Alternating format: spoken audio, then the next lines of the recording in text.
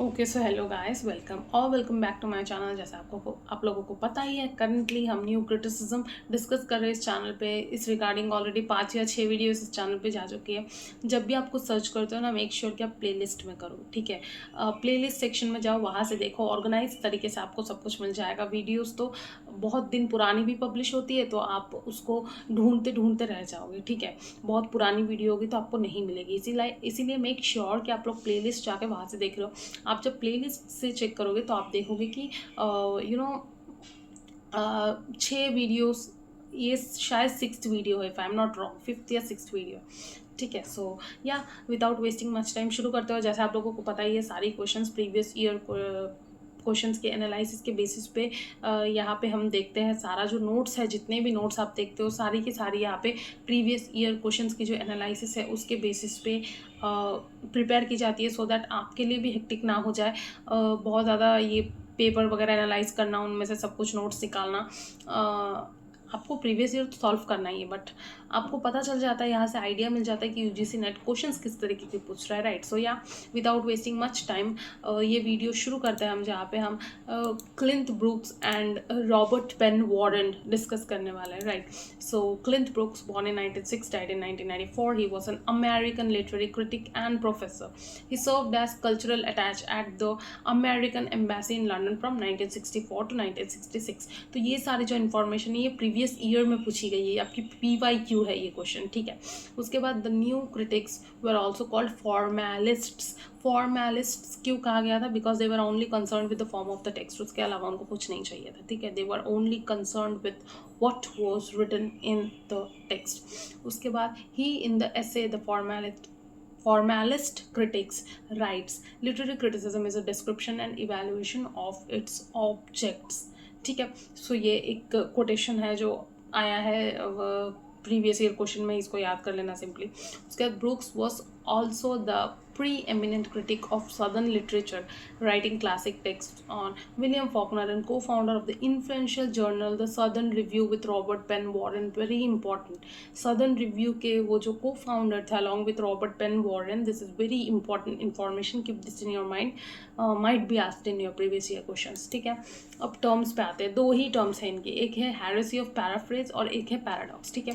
Heresy of paraphrase, इससे पहले कि बाय डेफिनेशन इस लैंग्वेज में हम देखें, मैं समझाती हूँ आपको क्या। जब भी आप एक पोएम पढ़ते हो, एज लिटरेचर स्टूडेंट्स हमारी एक हैबिट होती है कि हम जब भी पोएम पढ़ते हैं उसको अपने वर्ड्स में समराइज कर लेते हैं। So poem is written in the poetic language. When you write it in summarized form, that becomes कुछ प्रोस स्ट्रक्चर में वो आ जाता है। तो हेरेसी ऑफ पैराफ्रेज के टर्म में ब्रूक्स ये बोलते हैं कि poem can never be separated from its form. आप नहीं सेपरेट कर सकते। ये जो पोएम को समरी की तरह लिखना, ये उसकी complexity, meaning, depth, structure, rhythm, irony, ये सब खत्म कर देता है इसकी, ठीक है। So you can not separate a poem from its form. Poem should be read as poem, making it a prose by writing summaries या ऐसा कुछ करके you are ruining the essence of the poetry, ठीक है, और ruining the complexity of the poetry. So अब by definition जाता है। heresy of paraphrase, it was coined by Brooks in the well wrought on, arguing that a poem's meaning cannot be separated from its form. It asserts that reducing a poem to a prose summary, paraphrase, destroys its complex meaning, which is embedded in structure, rhythm, irony and paradox, right।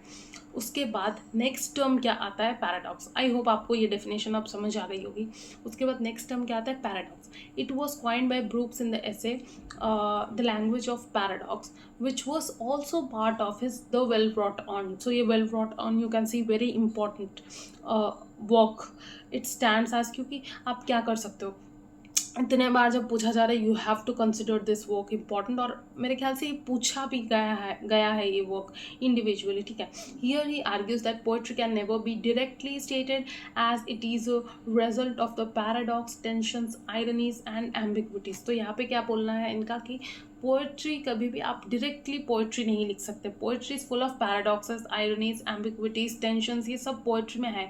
इस paradox के वजह से ही meaning generate होता है एक poetry में। You can not a very plain, simple, you cannot write a very plain और simple poetry, ठीक है, नहीं होता है पोएट्री वैसा. Poetry is something that is full of paradoxes, that is full of tensions, ironies, ambiguities, जहाँ से meaning generate होता है. ये जो कॉम्प्लेक्सिटी है पोएट्री का, that is its beauty, right. अगर आप सिंपली पोएट्री लिखने लगो, इसीलिए तो कहते हैं ना, सब पोएट्री नहीं लिख सकते. और एक और स्टेटमेंट भी है कि आप पोएट्री लिखते नहीं हो, डिवाइन इंटरवेंशन से आपको आपसे पोएट्री लिखाया जाता है. God is the one who makes you write poetry, you can never write poetry. जो शैली ने भी कहा था कि भगवान है जो हमसे लिखवाते. You can never say that I will write poetry and you will write poetry. No, there definitely there has to be divine intervention, right.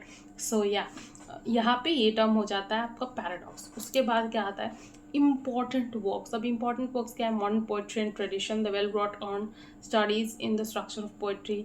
यहाँ पे लैंग्वेज ऑफ पैराडॉक्स जो ऐसे है, ठीक है. उसके बाद with Robert Penn Warren 2 books publish हुई थी, understanding poetry and understanding fiction, ठीक है. ये आप पढ़ लेना रोक के इसको. उसके बाद Robert Penn Warren, born in 1905, died in 1989. Now he was an American poet, novelist, literary critic and professor at Yale University. अब मैंने यहाँ पे वॉरेन को क्यों रखा है, क्योंकि वॉरेन का बहुत मेंशन आ रहा है ब्रुक्स के साथ. सो मुझे लगा कि यहाँ पे थोड़ा सा वॉरेन को भी इंट्रोड्यूस कर देना चाहिए, ठीक है. सो पहला पॉइंट तो आपने देख लिया, he was an American poet, novelist, literary critic and professor at Yale university.